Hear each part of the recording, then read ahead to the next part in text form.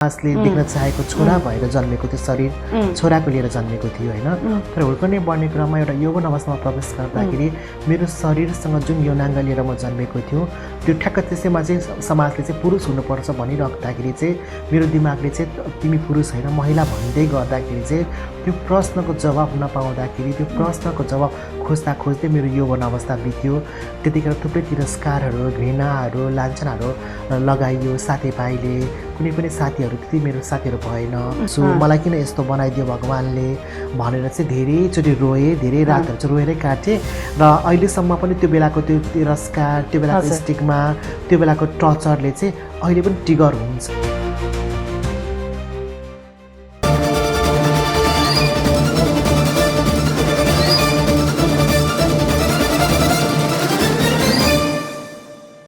नमस्कार, टुडे टकमा यहाँहरूलाई स्वागत छ। आज हामीहरू कार्यक्रममा एउटा छुट्टै व्यक्तिलाई हामी आमन्त्रणा गरेर आज कार्यक्रममा कुराकानी गर्नेछौँ। अहिले पनि हाम्रो समाज चाहिँ लैङ्गिककै हिसाबले चाहिँ जजमेन्ट गरिरहेका छन्। त्यस्तै एउटा यस्तो व्यक्तित्व हुनुहुन्छ जुन महिला न त पुरुष, जुन हाम्रो समाजमा उसलाई जुन लैङ्गिकको हिसाबले गर्दाखेरि तेस्रो लैङ्गिक जुन समाजमा भन्ने चलन छ, आत्मा किन्नर भन्ने चलन छ। धेरै थरीका चाहिँ कुराहरू जुन बोलचालको चाहिँ भाषामा बोल्ने चाहिँ चलन छ, त्यो अनुसारले मान्छे बुझ्न गरेका छन्। अहिले पनि धेरै जुन तेस्रो लैङ्गिक जुन हुनुहुन्छ उहाँहरूलाई अहिले समाजमा आफ्नो पहिचान स्थापना गर्नका लागि धेरै नै सङ्घर्ष गर्नु परेका छन्। यो विगतमा पनि र अहिले पनि धेरै नै चाहिँ च्यालेन्जहरू उहाँहरूको जीवनमा चाहिँ हेर्दै गरेका छौँ र तपाईँहरू पनि हेरिराख्नु भएकै हो। र अहिले चाहिँ त्यो आफ्नो चाहिँ सङ्घर्ष गरेर कसरी चाहिँ यहाँसम्म पुगेका छन्। आज हाम्रो चाहिँ कार्यक्रममा हुनुहुन्छ जुन ट्रान्स जेन्डर, उहाँसँग हामी कुराकानी गर्नेछौँ। कसरी चाहिँ उहाँको जीवनमा सङ्घर्ष गर्दा गर्दै कसरी यसरी चाहिँ सोच आयो, कहिले उहाँलाई थाहा भयो कि हामी चाहिँ हाम्रो पहिचान छुट्टै छ भनेर। धेरै चाहिँ कुराहरू छ, यस कुरामै हामी चाहिँ केन्द्रित भएर उहाँसँग हामी चाहिँ कुराकानी गर्नेछौँ। पहिला उहाँलाई कार्यक्रममा स्वागत गरौँ। जुन आज हाम्रो अतिथिको रूपमा हुनुहुन्छ कार्यक्रममा सिमरन शेरचन, छोटी नायक, दुवैजनालाई हामी चाहिँ पहिला कार्यक्रममा स्वागत गर्छौँ, त त्यसपछि विशेष कुराकानी गर्छौँ। यहाँहरूलाई स्वागत छ कार्यक्रममा। नमस्ते, धन्यवाद म्याम। सन्चै हुनुहुन्छ? एकदम हामी त ठिक छु। हजुरलाई कस्तो छ? ठिक छ। कसरी जनकपुरमा आगमन भयो तपाईँको? जनकपुरमा म एउटा कार्यक्रमको सिलसिलामा आएको हुँ। म कुनै एउटा संस्थामा आबद्ध भएर काम गर्छु। मेरो संस्थाको नाम चाहिँ यौनिक तथा लैङ्गिक अल्पसंख्यकहरूको महासङ्घ नेपाल हो र त्यसको सदस्य संस्थाहरू जनकपुरमा पनि छ, सुनौलो बिहानी समाज भनेर, जसको कार्यक्रम संयोजक मेरो साथी हुनुहुन्छ। र हामीले चाहिँ एउटा परियोजना सञ्चालन गरेको छु मध्य प्रदेशमा। यो प्राइड परियोजना यौनिक तथा लैङ्गिक अल्पसंख्यक समुदायको चाहिँ राजनीतिक सहभागिता र सुनिश्चितता कसरी गर्न सकिन्छ भन्ने विषयमा। त्यसैको सेरोफेरोमा चाहिँ मिडियाकर्मीहरू चाहिँ हाम्रो एकदम नजिकको साथी हुनसक्छ, उहाँहरूलाई चाहिँ हाम्रो विषयमा बुझाउने र सँगसँगै मिडियाले पनि अबको दिनमा चाहिँ कसरी समावेशी र इन्क्लुसिभ रूपमा एथिकल रूपमा चाहिँ समाचार सम्प्रेषण गरेर चाहिँ हाम्रो मुद्दालाई चाहिँ अगाडि बढाउन सकिन्छन् भन्ने उद्देश्यको साथ जनकपुरमा आएको र एउटा चाहिँ कार्यक्रम गर्ने सिलसिलामा नै आएको र अर्को चाहिँ सँगसँगै साथीलाई पनि भेट्ने दुईटै कामले आएको। सिमरनजीसँग हामी चाहिँ उहाँको कुरा बुझ्यौँ। छोटी नायकजी, तपाईँको के छ? म त यहीँ बस्छु। म त लगभग 8-10 वर्षदेखि जनकपुरमै सुनौलो बिहानी समाजमै समुदायमा आधारित संस्था सुनौलो बिहानी समाजमा प्रोजेक्ट कोअर्डिनेटरको कार्यक्रम संयोजकको पोस्टमा चाहिँ अहिले काम गरिरहेको छु र समुदायसित एकदम नजिक भएर पनि म समुदायलाई दुःख सुख परेको बेलामा, केही समस्या परेको बेलामा एकदम नजिक भएर एउटा अभिभावक जस्तो पनि उहाँहरूको समुदायको लागि एउटा अभिभावक भएर पनि म यहाँ काम गरिरहेको छु। हजुर, सिमरनजी, तपाईँ आफ्नो बाल्यकालको चाहिँ परिवारको बारेमा केही जानकारी गराइदिनु न।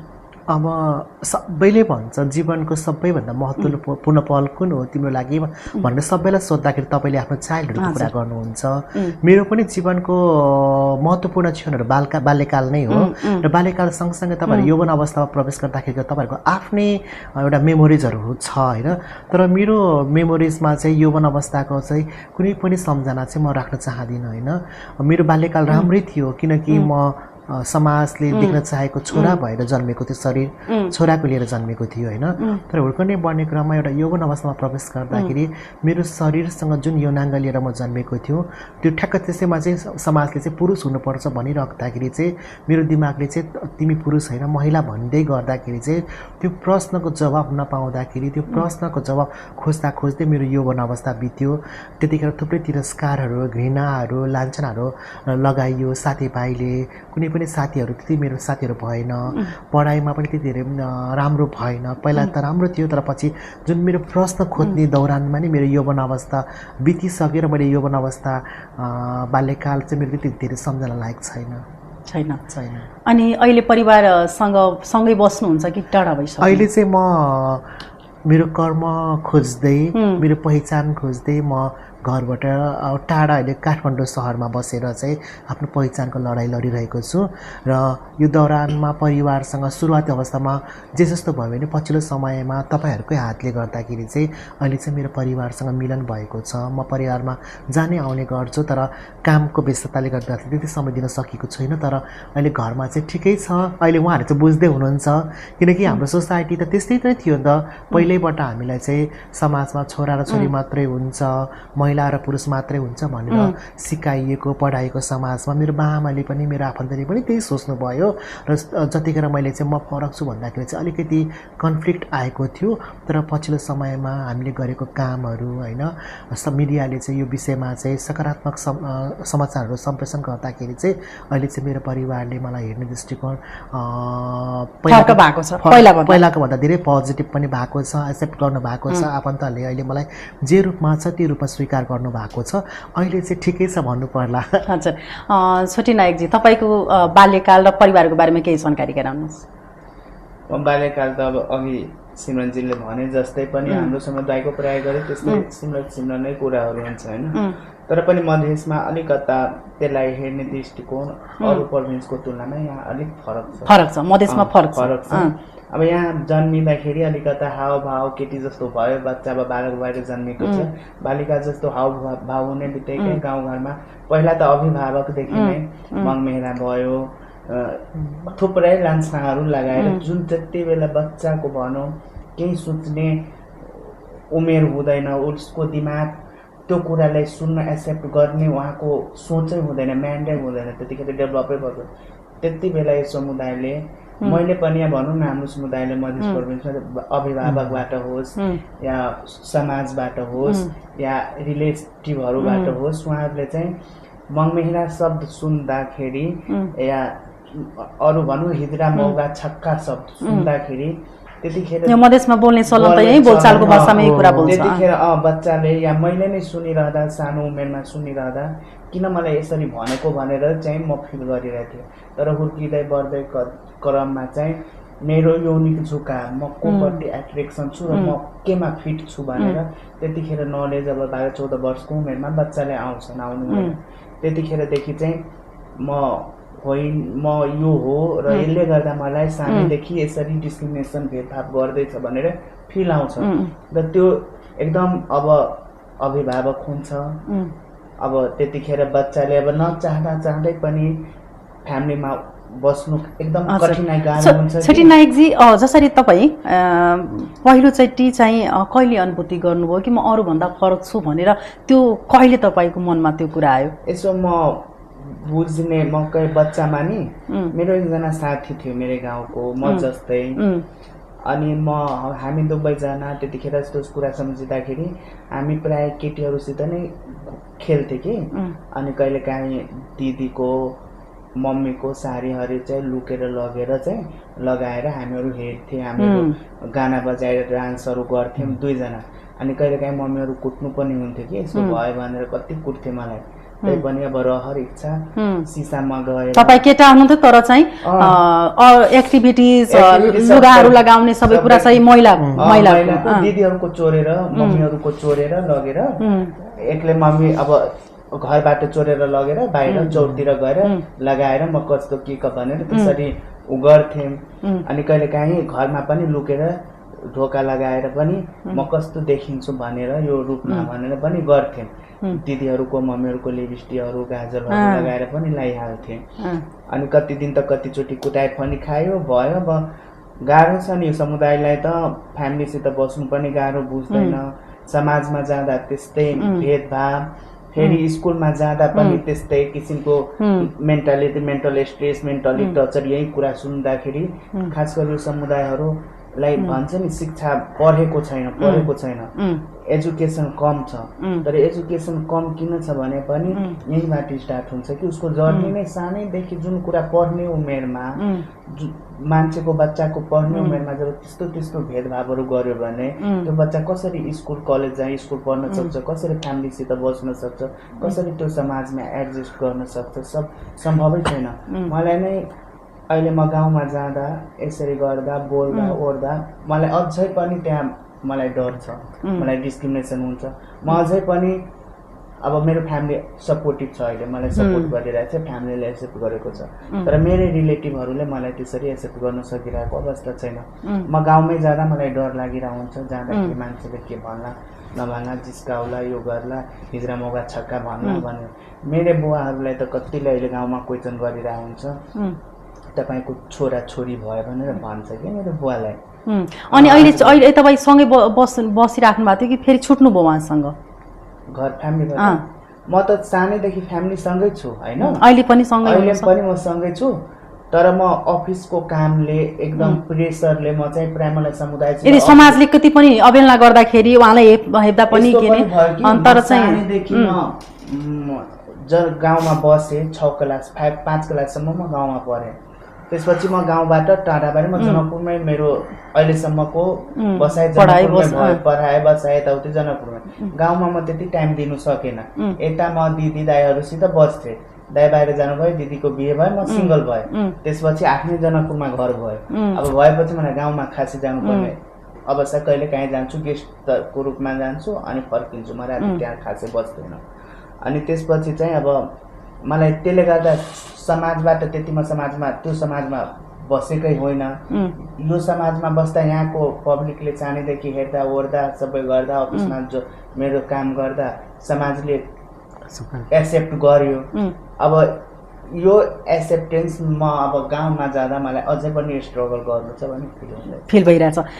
सिमरनजी, तपाईँको चाहिँ अरूभन्दा फरक छु भनेर कहिले चाहिँ पहिलोचोटि अनुभूति गर्नुभयो? म चाहिँ क्लास 5-6 पढ्दाखेरि चाहिँ म फरक छु भनेर चाहिँ अनुभूति भएको थियो होइन। कसरी भन्दाखेरि चाहिँ हामी यौवन अवस्थामा प्रवेश गर्दाखेरि दारीजुङ्गा आउँछ, अनि जस शरीरको पार्टहरू विकास हुन्छ, भावनाहरू विकास हुन्छ, अनि केटीको त जुङ्गा आउँदैन भन्ने थाहा छ नि त होइन। अनि त्यो यौवन अवस्थामा प्रवेश गर्दाखेरि चाहिँ मेरो अलिअलि जुङ्गा पनि आउनु थाल्यो कि ला म त केटी मान्छे, मलाई किन यस्तो त्यतिखेर चाहिँ मलाई तपाईँको मेन्टालिटी भनिरहेछ म केटी छु।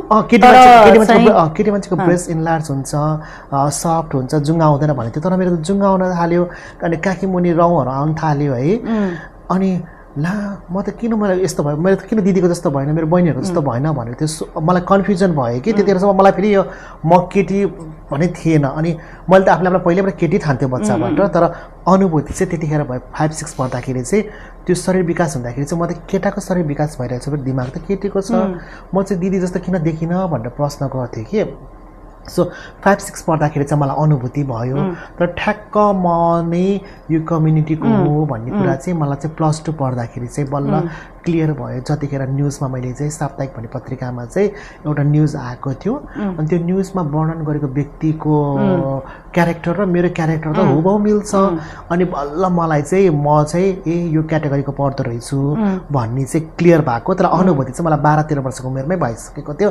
म केटी हुँ, तर किन चाहिँ मलाई चाहिँ केटाको जस्तो शरीर चाहिँ मेरो विकास भएको छ भने कन्फ्युजन चाहिँ त्यतिखेरबाट स्टार्ट भएको थियो। उहाँले जसरी भन्नुभयो कि अरू चाहिँ प्रदेशभन्दा यो प्रदेशमा चाहिँ अहिले पनि यो तेस्रो जुन लैङ्गिक भन्छ जुन ट्रान्सजेन्डर जुन तपाईँ हुनुहुन्छ उसलाई हेर्ने दृष्टिकोण र सङ्घर्ष चाहिँ बढी हुन्छ भने मध्य प्रदेशतिर यो बात कुरा चाहिँ यथार्थ हो?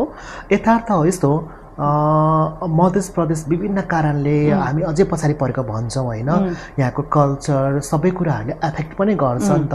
सो अरू प्रदेशको तुलनामा मध्य प्रदेशमा साथीहरू खुलेको सबैभन्दा बढी साथीहरू चाहिँ यस्तो प्रदेशमा छ, तर एक्सेप्टेन्सको लेभल अरू धेरै कारणले फेरि पछाडि परेको छ। अघि उहाँले भनेको छ चुनौतीहरू आफ्नो आफ्नो ठाउँमा छ।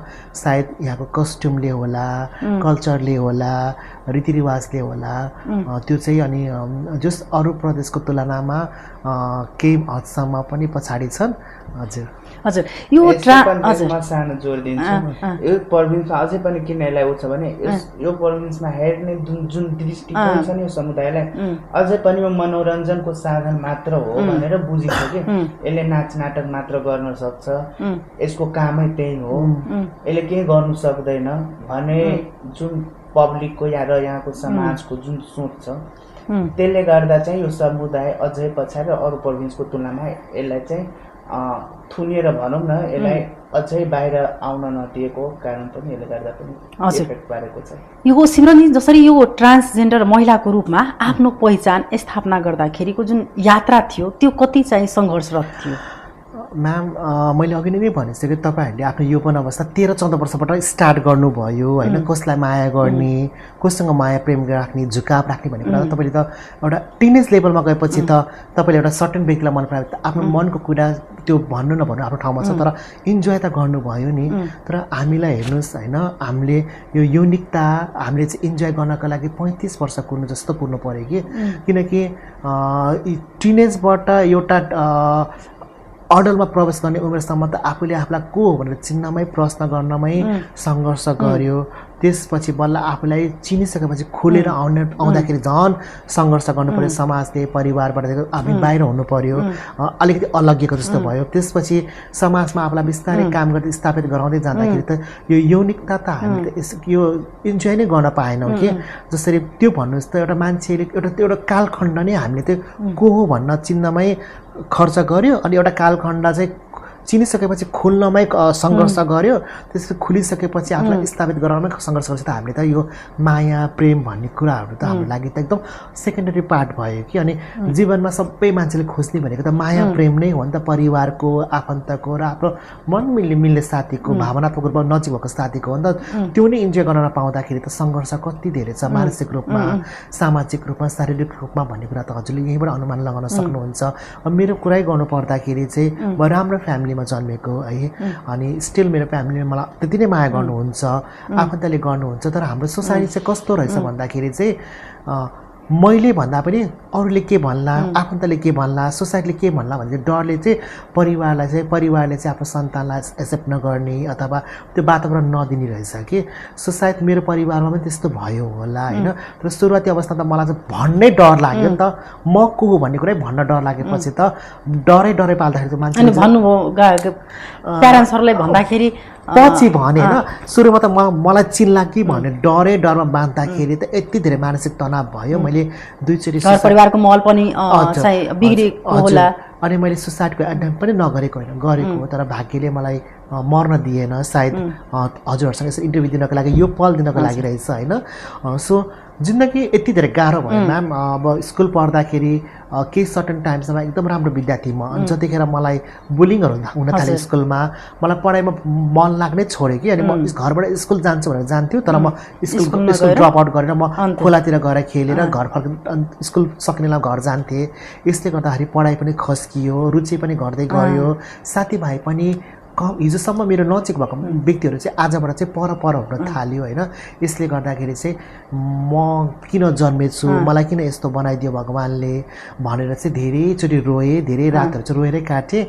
र अहिलेसम्म पनि त्यो बेलाको त्यो तिरस्कार, त्यो बेलाको स्टिग्मा, त्यो बेलाको टर्चरले चाहिँ अहिले पनि ट्रिगर हुन्छ। र जति डेभलपमेन्ट हजुरहरू हुनुहुन्छ नि हरेक कुरामा सशक्त, अब हामी पनि छौँ, तर कहीँ कतै फेरि एउटा डर चाहिँ सिर्जना हुन्छ कि। त्यो त्यस कारण चाहिँ जिन्दगीमा चाहिँ एउटा डर भन्ने चाहिँ अझै पनि हमेसा त्यो डरले चाहिँ छोडेको छैन। हजुर छोटेज्यू, ट्रान्सजेन्डर पछिको तपाईँको चाहिँ फ्यामिलीको परिवारको चाहिँ निर्णय कस्तो रह्यो? जसरी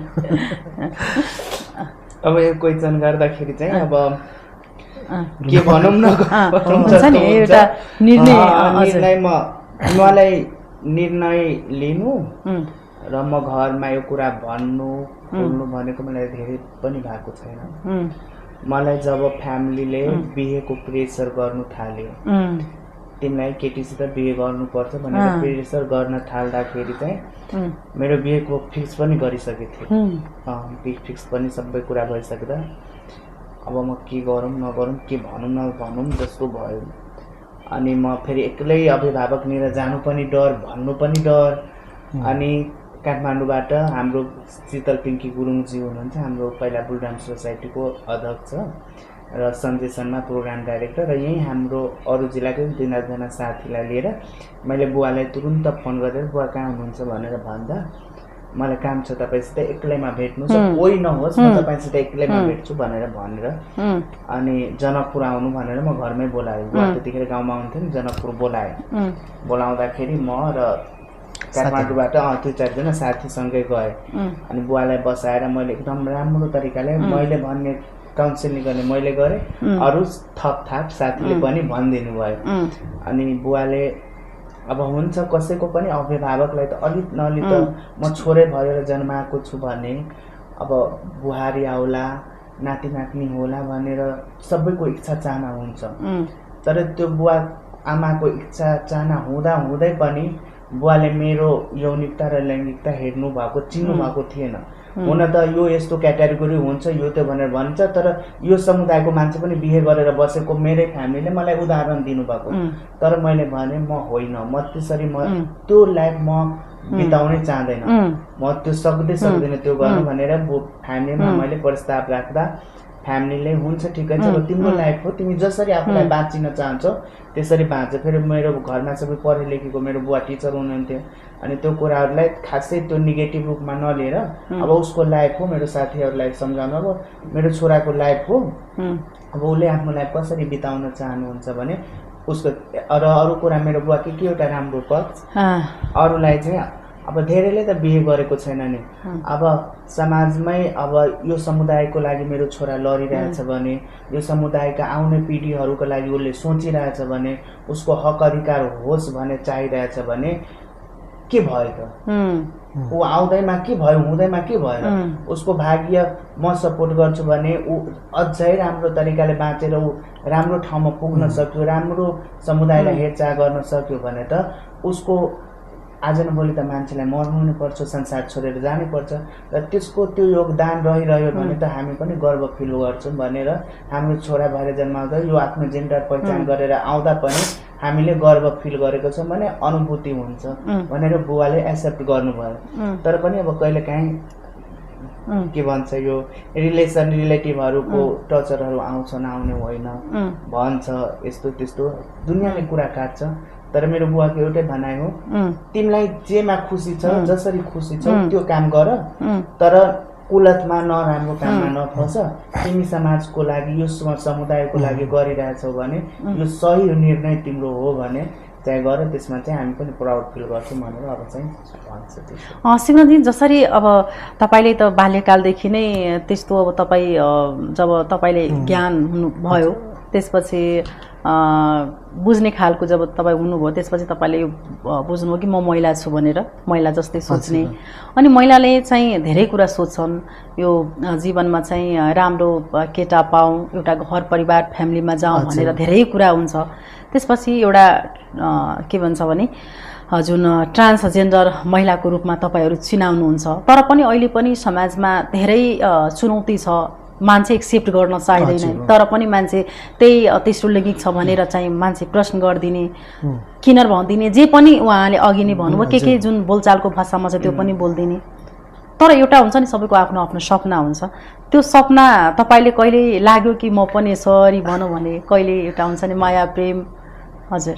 अब त्यो मैले भने नि अघि नै 13 वर्षबाटै मलाई केटासँग एट्र्याक्सन थियो है। अब त्यतिखेर अब बालापनको माया आफूभन्दा सिनियर दाइलाई पनि मन पराएको थियो है। अब त्यतिखेर उहाँहरूले त्यसलाई एउटा के भन्छ मजाकको रूपमा लिइदिनु भयो।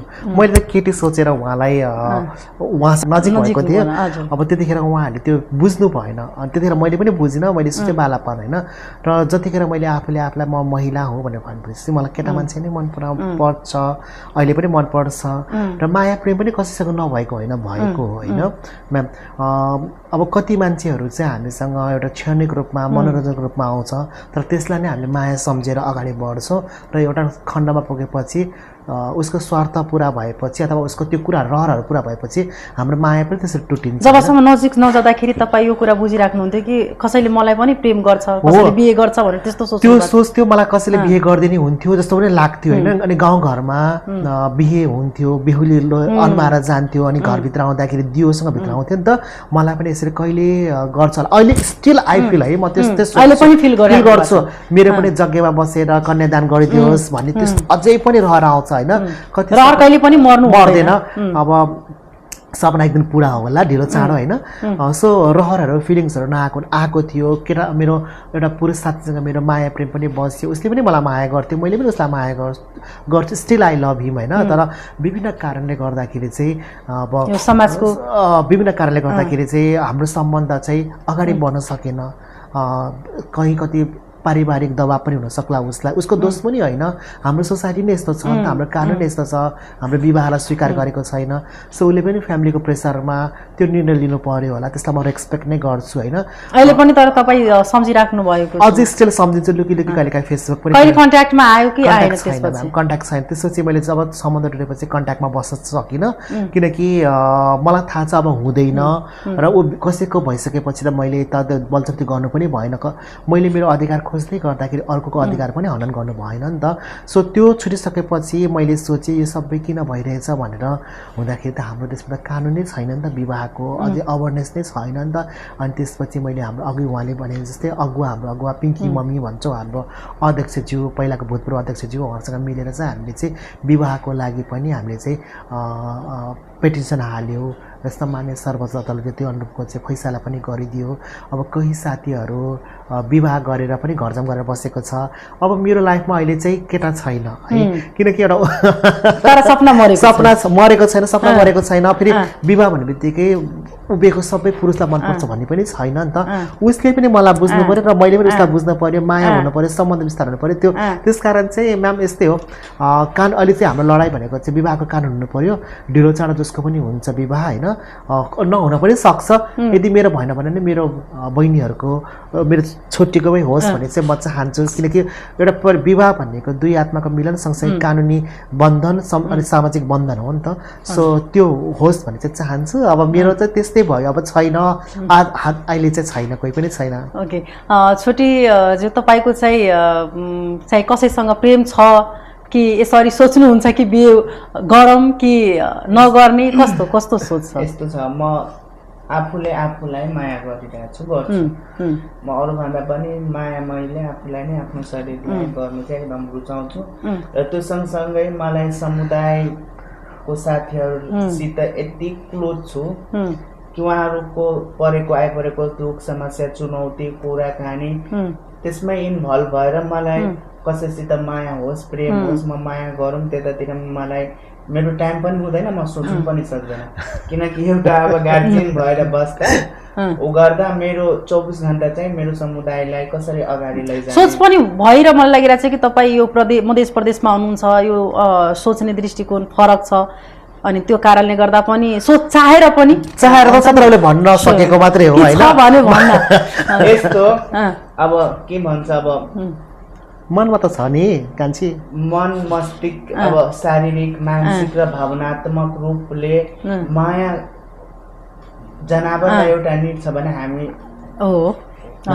मानव हामीलाई त्यो निड छ, चाहिन्छ।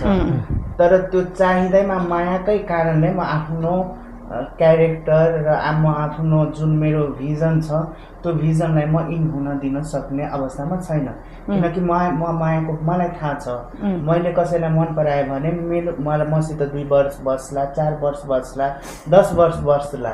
तर आज न भोलि त्यो मान्छेसित मलाई छुट्नै पर्छ किनकि उसले उसको फ्यामिलीले मलाई बुहारी बनाएर लैजाने होइन उसले मलाई आफ्नो वाइफ बनाएर राख्ने सधैँभरि होइन त्यसले गर्दा चाहिँ अब त्योहरू सोच्दाखेरि चाहिँ होस् अब जसले माया हाई हेलो बोल्छ भन्छ क्लोज अब भनौँ न साथी जस्तो भएर बस्यो गर्यो हाँस्यो दुख सुखमा साथ दियो भने त्यतिसम्म ठिकै छ तर म एकदम क्लोज भएर क्लोज हुँदैमा म त्यसकै पछि मात्र लागौँ भनेर म त्यो सक्दैन मलाई त्यति टाइम पनि हुँदैन र मध्य प्रोभिन्समा अब काम गर्दा हुन त तपाईँहरूलाई पनि मैले अब यसरी तपाईँको यसमा आएर पहिलोचोटि मेरो इन्टरभ्यू होला तर तपाईँसित अरूसित मिलेर तपाईँ नै भनौँ न कति प्रोग्राममा तपाईँ मसित प्रत्यक्ष भेटेको होला कुरा गरेको होला फोनमा त्यसले गर्दा पनि अब एकातिर समुदायलाई पनि मलाई हेर्नु छ समुदायको लागि के गर्नु छ भने मेरो त्यो फर्स्ट प्रायोरिटीमा मेरो काम हो त्यो अर्कोतिर अब अहिलेसम्म जुन कुरा म सोचेको छु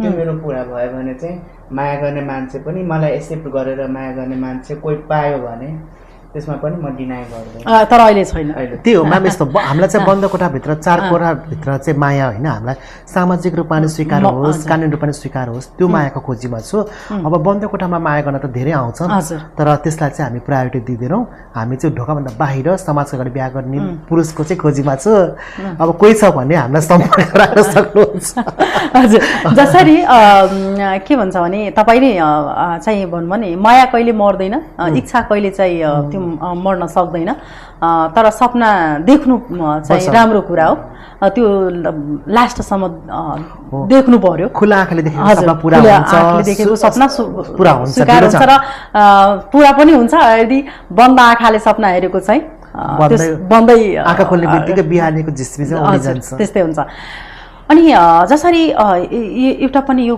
छुटीजी त्यो एउटा कुरा के छ भने यो समाजमा एउटा अहिले पनि सोच के छ भने केही राम्रो शुभ कार्य हुँदाखेरि तपाईँहरूसँग आशिष थप्ने चाहिँ एउटा चलन छ मान्छे त्यो राम्रो मान्छन् अनि बच्चा हुँदाखेरि अथवा चाहिँ अरू चाहिँ प्रोजन होस् पूजापाठ होस् अन्य कुरामा पनि तपाईँहरू जानुहुन्छ भने एकदमै राम्रो तरिकाले चाहिँ मान्छे रिस्पेक्ट गर्छ तर फेरि किन चाहिँ फेरि डराउँछ मान्छे कारण के छ यस्तो छ अब हेर्नु अब मान्छे हामीसित डराउँछ भने खासै मलाई हामीलाई त्यस्तो फिल भएको छैन अब कोही मान्छे डराएको पनि होला किनभने चाहिँ अलिकता हाम्रो समुदायको पनि कहिलेकाहीँ हेर्दाखेरि अलिकता छाडापन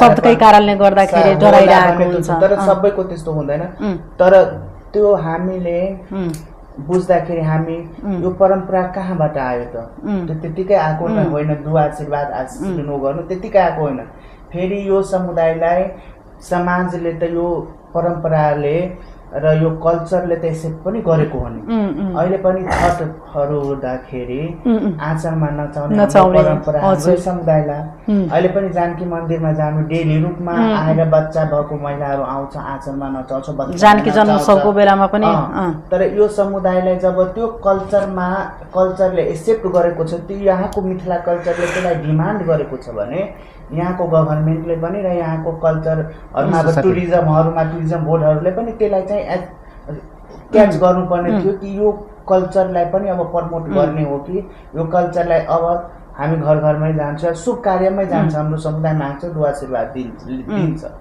तर त्यो दिने लिने क्रममा अब हामी एउटा तरकारी किन्ने जाँदा बार्गेनिङ हुन्छ त्यतिखेर अब 2 रुपियाँ दिँदा मलाई 4 रुपियाँ दिनु भन्ने स्वाभाविक हो अनि कोहीले अब त्यतिखेर जसको घरमा जान्छ त्यही मान्छे होइन 4 रुपियाँ छैन 3 रुपियाँ लिनु न भन्ने पनि उहाँको अधिकार हो भन्छ तर उहाँहरूले चाहिँ खुसी भएर नै लिनुहुन्छ जहाँसम्म छ अब 10 वटामा एउटा अब कसैको घरमा जाँदा यसो दुआ आशीर्वाद दिनु आएको हामी नेक भन्छ कि बधाई लिनु आएको भनेर भन्दा खुख्रियै लिएर आउँछ कुट्नै आउँछ त्यस्तो त गर्नु भएन नि अब तपाईँलाई छैन दिनु मन छैन ऊ गर्नु छ भने राम्रो मुखले भन्नु न यस्तो समस्या छ यस्तो हामीलाई भयो हामीलाई अहिले पैसा छैन ऊ छैन नभए पैसा छैन भने जे जसरी हामीलाई हुन्छ तपाईँको त्यसमै खुसी हुनु भनेर भन्दाखेरि हाम्रो समुदाय त पागल हो होइन त्यसरी ऊ गर्छ जब यो कल्चर यो समुदायलाई यो चिजको निड पनि छ यसको जरुरी आवश्यकता पनि छ यो कल्चरलाई उहाँहरूको निड आवश्यकता हुँदै पनि कोहीले चाहिँ यसलाई चाहिँ नेगेटिभ रूपमा फैलाइदिन्छ यिनीहरू इन्डियाबाट आएको यिनीहरू यो हो त्यो हो यता जब राम भगवान रामायणकै कथाहरू हेर्नु त रामायणमा यो किन्नर भन्ने शब्द राखेको छ राम भगवान सीता माताको विवाह हुँदा यो कल्चरलाई देखाएको थियो। सीता माता जन्मिँदाखेरि यो समुदाय गएको थियो बधाई माग्नु। यो हिजरा कल्चर भनेको एउटा कल्चर हो कि यो कल्चर, यो भनौँ न, यो कल्चरलाई हामीले प्रमोट सम्हालेर राखेको भनेको समुदाय हो। इन्डियाको भयो तपाईँको अयोध्या र नेपालको जनकपुर, यो ठाउँबाट नै यो कल्चरलाई अलिकता यो पौराणिक प्रमोट भनौँ न, एउटा उसको हिसाबले, अब रामायणकै कथाको हिसाबले चाहिँ अलिकता यसलाई चाहिँ प्रमोट डेभलप र यसलाई संरक्षण पनि गर्नु त्यत्तिकै आवश्यक छ, जरुरी छ। किनकि धेरै ठाउँहरूमा अहिले विवाह पञ्चमीमा हेर्नु त कुन यस्तो मन्दिर हुँदैन त्यसमा यो समुदायले आफ्नो कला देखाइरहेको हुँदैन। विवाहको कीर्तन गर्ने, विवाहको गीत गाउने, जति पनि शुभ कार्यहरू अहिले विवाह पञ्चमी जस्तो ठुलो महोत्सवमा यो समुदाय गरिरहेको हुन्छ भने आखिर त्यही कल्चरलाई त समातेर गरेको नि, ताकि समुदायले समाजले एक्सेप्ट गरेको छ।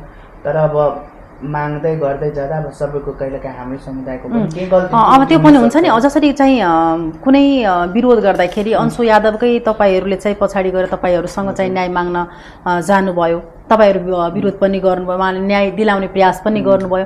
तर के छ भने एउटा जुन अर्धनङ्गन भइहाल्ने, त्यस्तो चाहिँ नङ्गने हिसाबले नै चाहिँ प्रदर्शन गर्ने, अलिकति त्यो कुराले गर्दा चाहिँ समाजमा कहीँ घृणा भइरहेछ कि जस्तो यस्तो छ लागिरहेको छ। नेपालको मैले थुप्रो आन्दोलनहरू देख्दा त्यहाँ महिलाहरू पनि त कति कोही पेटीकोट लगाएर, कोही पुरै नङ्गन भएर कति न्युजहरू हामी पनि हेरिरहेछौँ। तर हामीले सोच्दा त्यतिखेर कि त्यो किन भएको होला भने त्यसको रुट कज पत्ता लगाउनु पर्छ कि त्यो किन हाम्रै समुदाय अहिले हामी बाटोमा हिँड्दा उ गर्दा कि हामी नाङ्गै हिँड्छौँ त? हिँड्दैनौँ नि, पटक्कै हिँड्दैन हामी। तर त्यो ठाउँमा हामीलाई नङ्ग्याउनु र हामीलाई चाहिँ तिमी केही अस्तित्व छैन भनेर हामीलाई त्यसरी प्रयास गर्दा ल अब हामी समाजको अङ्गै होइन, केही होइन, हाम्रो शरीरै केही छैन भने अब यो शरीरको यो कपडाको के भ्यालु भयो?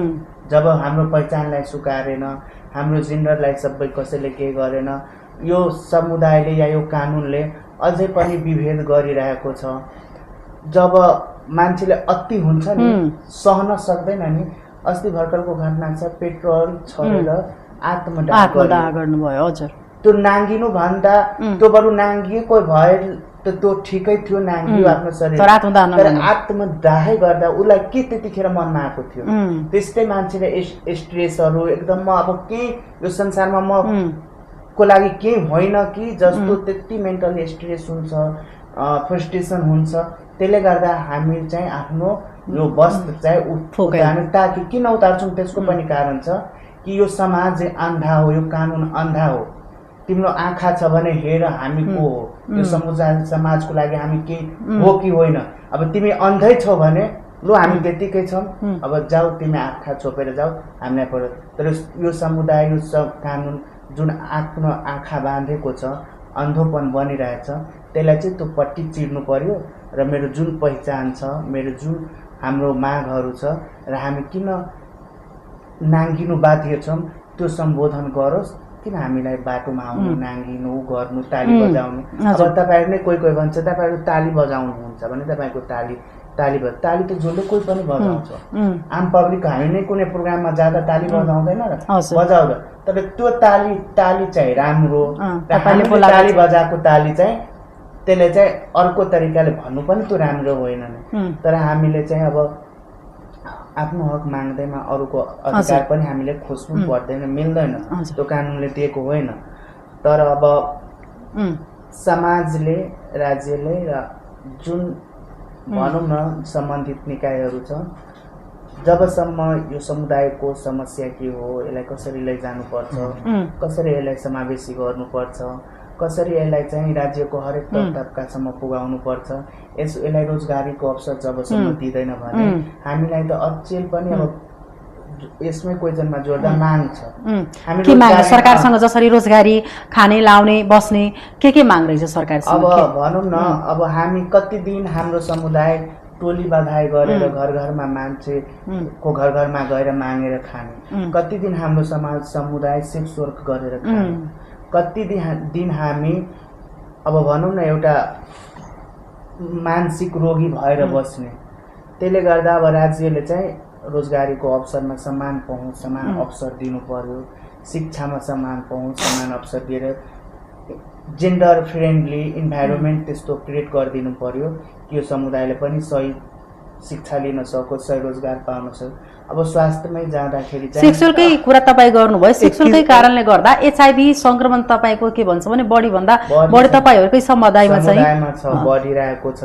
अब स्वास्थ्यमैकै कुरा गर्दा अझै पनि हाम्रो समुदाय जाँदा गर्दा हस्पिटलमा इन्ट्री हुने बित्तिकै अब यसरी देख्दा त महिलाकै जस्तो देखिन्छ, तर ट्रिटमेन्टमा जाँदा पनि त्यहाँ हामीले कस्तो बुलिङ हुन्छ त्यो मलाई थाहा छ कि। अस्ति म एउटा सानो अब त्यो अलिकता रोमान्टिक पनि छ। अस्ति म एयरपोर्टमा गएँ कि एयरपोर्टमा जाँदा म त अब के भयो एयरपोर्टमा जाँदा अब नर्मलै लुगा लगाएको थिएँ म। एयरपोर्टमा गएँ, एयरपोर्टमा जाँदा अब सेक्युरिटी चेक जाँचमा त जानु पर्यो, अनि जाँदाखेरि चाहिँ म उभे केटाकै लाइनमा म चेकिङ गरेर म पनि के बुझेँ, म केटाकै केटा प्रशासन अब मेल हुनुहुन्थ्यो त्यही गएर उभिएको।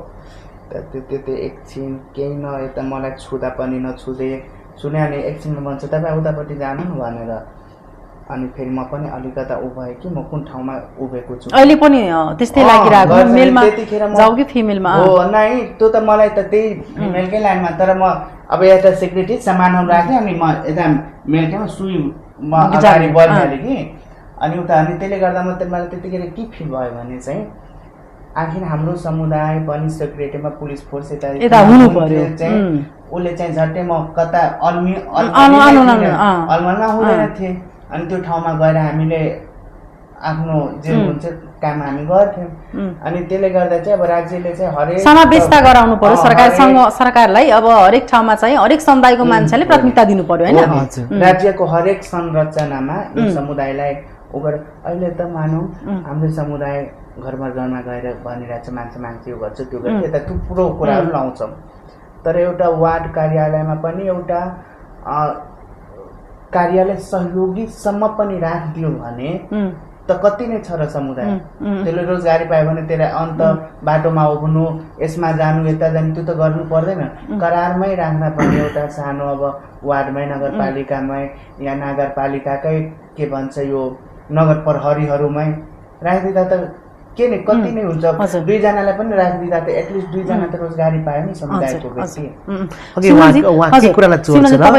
तपाईँसँग त्यही कुरामा म आइरहेको छु, जसरी चाहिँ सरकारले ट्रान्सजेन्डर समुदायको लागि के गर्न अहिले चाहिँ आवश्यक ठान्नु भएको छ? म यो प्रश्नको पनि जवाब दिन्छु र अघि तपाईँले उठाउँदै गरेको प्रश्न चाहिँ हाम्रो समुदायले चाहिँ भिख त के भन्छ त्यसलाई बधाई देख्नुभयो होइन, हामीले त्यो के अरे पैसा मागेको देख्नुभयो, तर हामीले कानुन मागेको, कानुनमा समानता मागेको त कहिले पनि देखेन नि त। पैसा माग्दामा उहाँलाई दुःख हुन्छ भने, राज्यलाई अप्ठ्यारो हुन्छ भने प्रपर कानुन देऊ न होइन, हामीलाई रोजगार देऊ। अघि उहाँले भने जस्तै त्यो पछि त हामी त माग्दैनौँ नि त, किनकि माग्नु पनि हाम्रो बाध्यता छ। परिवारमा एक्सेप्टेन्स हुँदैन, रोजगारको अवसर छैन, र पापी पेट पाल्नको लागि त चोर्नु त भएन नि।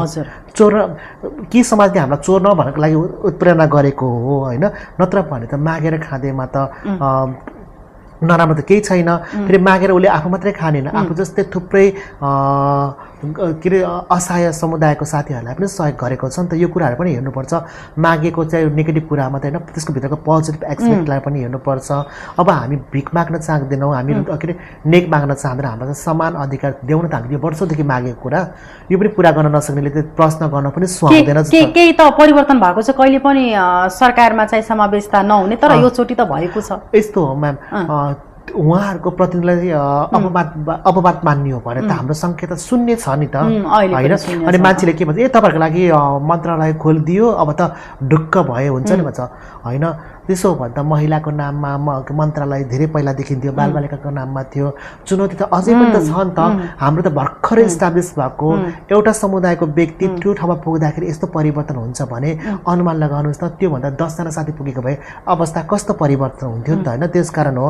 अनि अघि अघि हजुरको प्रश्नलाई चाहिँ अलिकति जोड्न चाहिँ प्रश्न फेरि दोहोऱ्याइदिनुहुन्छ। हजुर, मैले प्रश्न के गरेको थिएँ भने सरकारले चाहिँ ट्रान्सजेन्डर समुदाय चाहिँ जुन महिलाहरूको लागि समुदायका लागि चाहिँ के गर्दा राम्रो हो चाहिँ हुन सक्छ? अब यस्तो ट्रान्सजेन्डर हाम्रो संविधानले सबै नागरिक कानुनको दायरामा मानव अधिकारको लेन्समा सबैजना बराबर हुन्छन् र छन् भनेर पनि लेखिसकेको छ। हामी मानव अधिकारमा विश्वास राख्छौँ र मानव अधिकार प्रिन्सिपललाई मान्छौँ भनेर सरकारले कमिटमेन्ट पनि गरिसकेको छ नि त।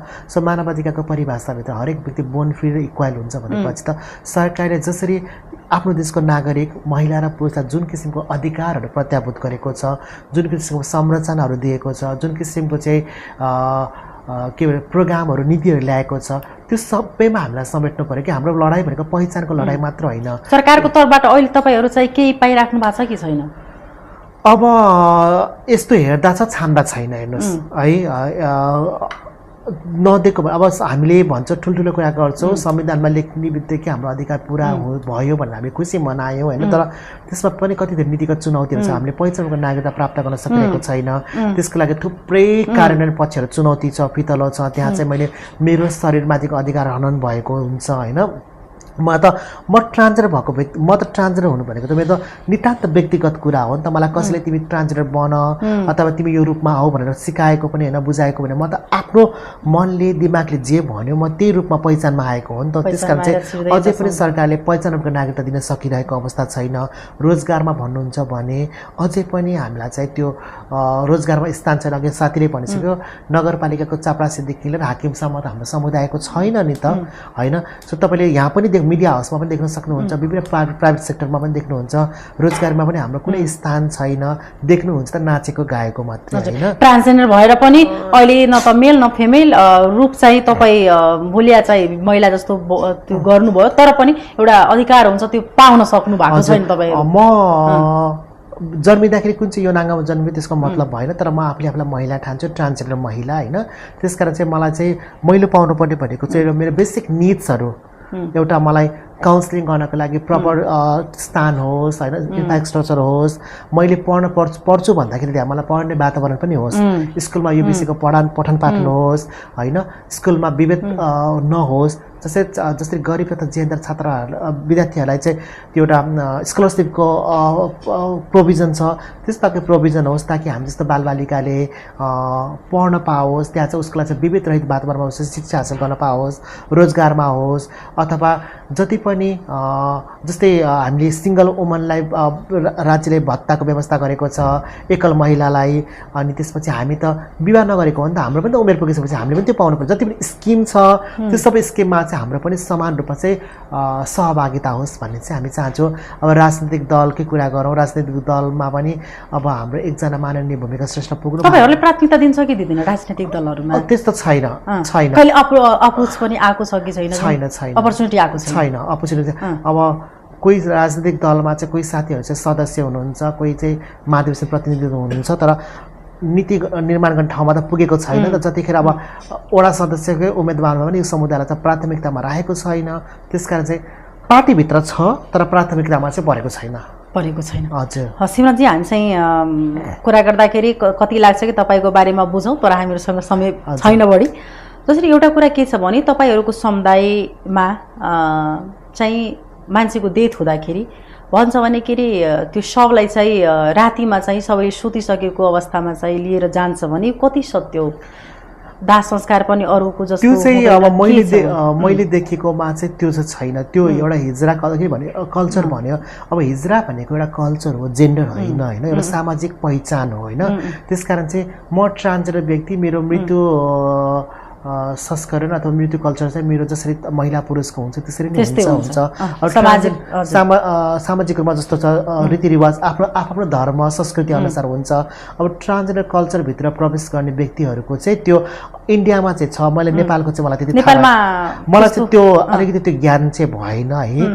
त्यसकारण चाहिँ मैले ठ्याक्कै यो भन्न सकिनँ। किनकि तपाईँलाई के छ यसको विषयमा जानकारी? नेपालमा चाहिँ यस्तो छ, पहिला त हामी नेपालमा खास गरी पनि भनेको थियो कि हिजरा कल्चर हो। त्यो कल्चर हामी सबै ट्रान्सजेन्डर हिजरा होइन, त्यो सबै हिजरा ट्रान्सजेन्डर हो।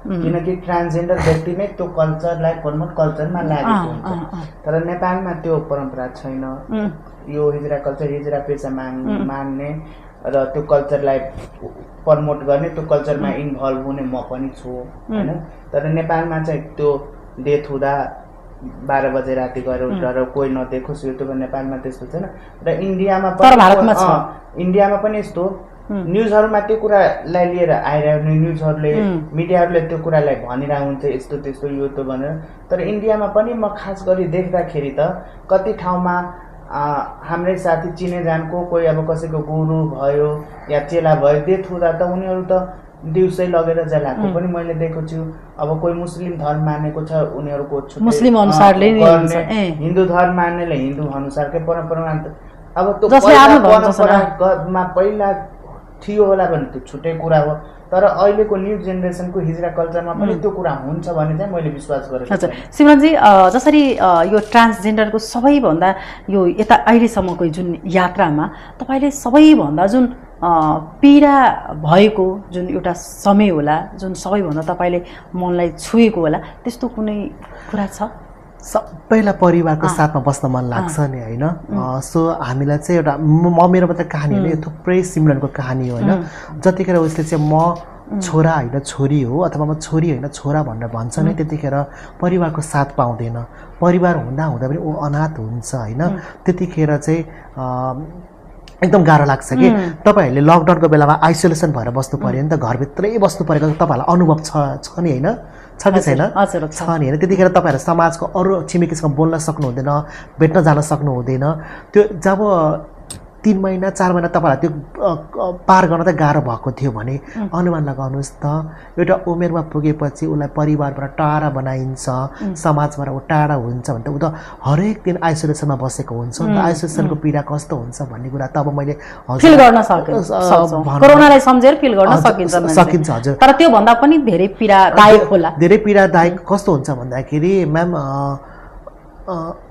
म नागरिक हुँ यो देशको नागरिक हो मलाई पनि समान अधिकार देऊ भन्दा भिख मागे जस्तो के अधिकार पनि भिख मागे जस्तो टप चुहाइदिएर हुन्छ त अधिकार भनेको त एकमुष्ट बनाउन सबैलाई पाएको हुने सबैलाई लायक हुने सो त्यो अहिले चाहिँ अधिकारको लडाई लड्दै गर्दाखेरि चाहिँ त्यो नपाउँदाखेरि हामी ठुल्ठुलो कुरा गर्दै गर्छौं तर यथार्थमा ग्राउन्ड रियालिटी अर्कै हुँदाखेरि हरेक दिन मानसिक तनावमा बस्नु पर्दाखेरि चाहिँ साह्रै दुःख लाग्छ अनि हामीले यही बीचमा धेरै साथीहरूलाई पनि गुमायौं कि धेरैको मृत्यु राम्रो छैन है एकदम कम उमेरमा कोही आत्महत्या गरेर कोही रक्सी सेवन गरेर त्यो हुनुको कारण पनि धेरै कारण छ समुदायको साथीहरु चाहिँ अकालमा मृत्यु भइरहेको आँखा घरि देख्दाखेरि चाहिँ साह्रै दुःख लाग्छ।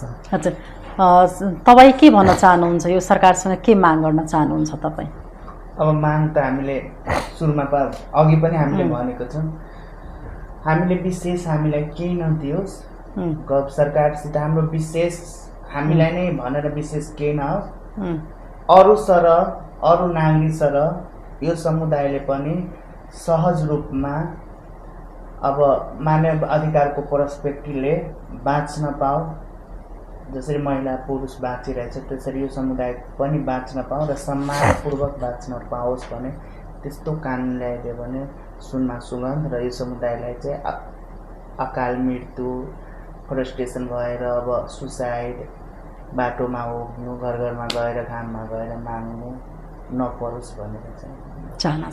के भन्नुहुन्छ तपाई अन्त्यमा कार्यक्रमको? अन्त्यमा समय प्रगतिशील पनि छ गतिशील पनि छ हामी सबै मानव जाति भनेको एकदम विवेकशील प्राणी हो नि त सो हामी सबैले आफ्नो विवेक प्रयोग गरेर सबैलाई हेर्ने दृष्टिकोण एउटै होस् हामी सबै एउटै दृश्य त एउटै हो नि त तर दृष्टिकोण मात्रै फरक छ नि त अब कानुनको दृष्टिकोणमा पनि हामी सबैलाई महिला पुरुषले समान हेरियोस् राज्यले सरकारले प्रदेश सरकारले स्थानीय सरकारले पनि यो समुदायलाई चाहिँ प्राथमिकताको साथ राखेर सँगसँगै हिँडाओस् अरु जसरी महिला पुरुष पिछडिएको वर्गहरू छ दलित डिसेबिलिटी सबैलाई सँगसँगै हिँडाएर चाहिँ समतामूलक र समान समाजको निर्माण गरोस् भन्ने चाहन्छु।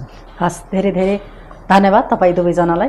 हामी चाहिँ फर्क प्रदेशकै चाहिँ कुरा गरे दुईजनासँग जुन एउटा चाहिँ पोखराको हुनुहुन्थ्यो र एउटा चाहिँ अहिले तराई मधेस खास गरेर यो जनकपुरबाट हामी छोटीजीसँग कुरा गर्यौं।